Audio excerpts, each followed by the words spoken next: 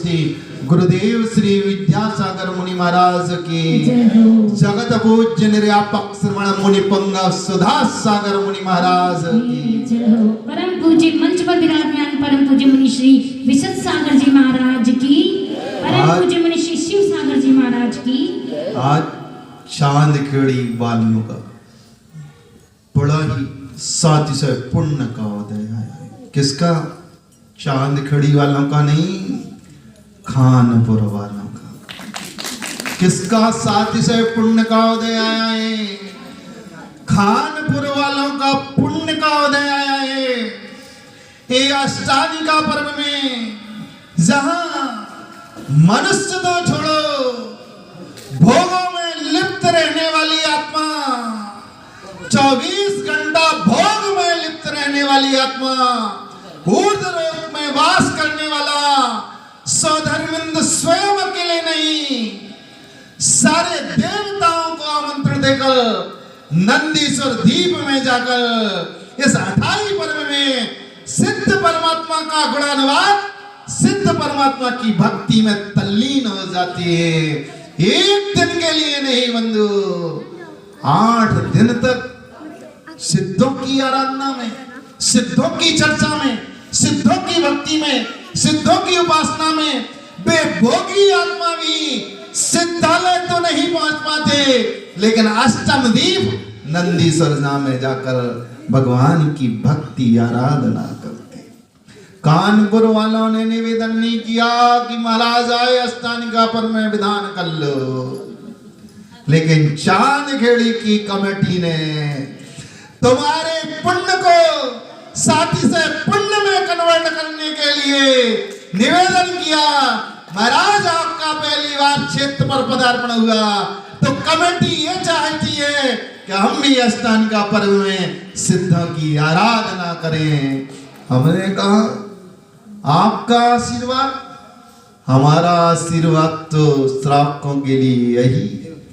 आचार्यों की देशनाएं, मुनि को मौन रहने की आज्ञा है, मात्र आचार्यों का संदेश है। मुनि जब भी बोले तो सत आवश्यक का उपदेश दे और 4 प्रकार के दान का उपदेश दे। ये मुनियों को असंयमी श्रावकों भोगियों से बोलने का विषय एन गेन प्रकरण सत आवश्यक और 4 प्रकार का दान का उपदेश देने के निमित्त से मुनिराज बोलते हैं।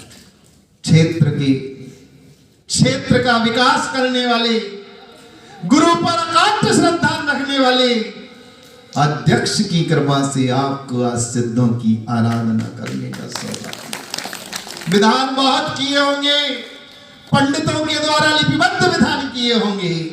इस क्षेत्र पर आज पहली बार सिद्ध चक्र महामंडल विधान हो रहा है, तो एक नारी जगत की सर्वोत्कृष्ट आरिका विज्ञानवती माता जी के द्वारा लिपिबद्ध इस सिद्ध चक्र महामंडल विधान करने का सौभाग्य। वो आरिका उत्कृष्ट चर्या की धनी है। 24 घंटा में अशुभ उपयोग तो उसके पास झलकता ही नहीं है, भटकता ही नहीं है। सुपयोग में तल्लीन रहने वाली, उग्र साधना करने वाली आरिका के द्वारा लिपिबद्ध सिद्ध चक्र मंडल विधान की आराधना यहाँ प्रारंभ हो रही है।